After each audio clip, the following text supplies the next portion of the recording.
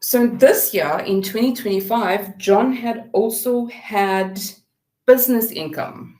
John had started his own consulting business income on the side from his rental income and investment income. He's decided to venture into this business, and now he needs to declare his income in 2025. All right. So I'm just going to click on the business income calculators on your blue strip on your right hand side here and business income. All right, so that's a nice screen. It's an easy to read screen. It's quite bright and bold for you to point out what you're looking for. So with the business income calculator, once you've clicked on it, asset and liabilities will be the first tab that opens up. So if you want to record your client's asset and liabilities for the year, you're more than welcome to do so.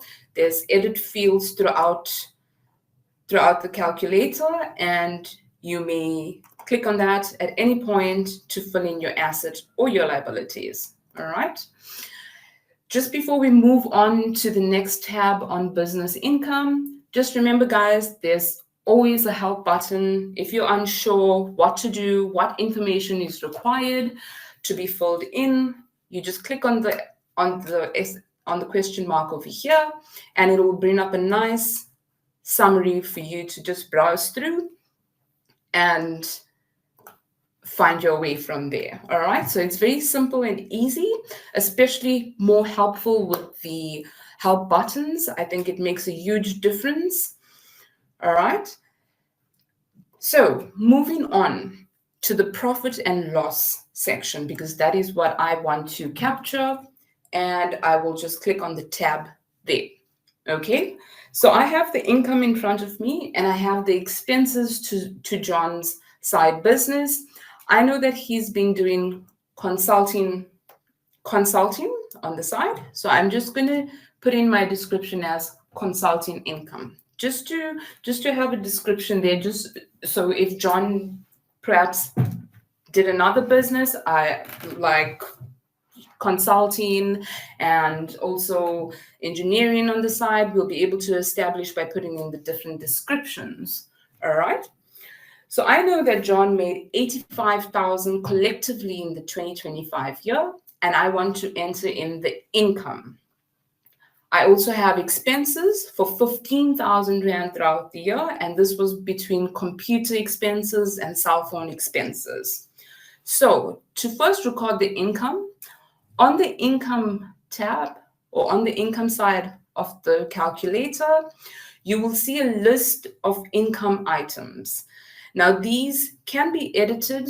It's not the case where you have to have interest received or property rental or other income or sales. It's just there to guide you. All right. So I want to say that he made sales. So I'm just going to use the last button and my description. There we go. You can add in your own description. It doesn't need to be what's displayed on the screen. So I'm just going to say this was consulting income. And we know that it was 85,000 Rand throughout the year. And I'm now going to save that. All right. Saved. Again, green icon pop-ups on the right-hand side of the screen tells you that everything is good to go with what you've just done or saved. All right. I'm just going to close that. And you'll notice the total income on the bottom now says 85,000. That's perfect. My net profit or loss is sitting at 85,000. That's just the income amount because I haven't entered in any expenses yet. All right. Moving over to the expenses paid section. Like I said, John had 15,000 Rand worth of expenses throughout the 2025 year towards his business income.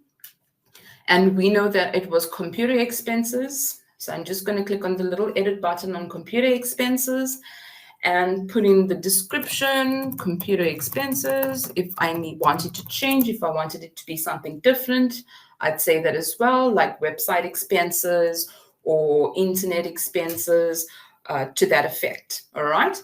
and he paid for his computer expenses and licensing that he needed to do his consulting work. He paid 7,500 Rand.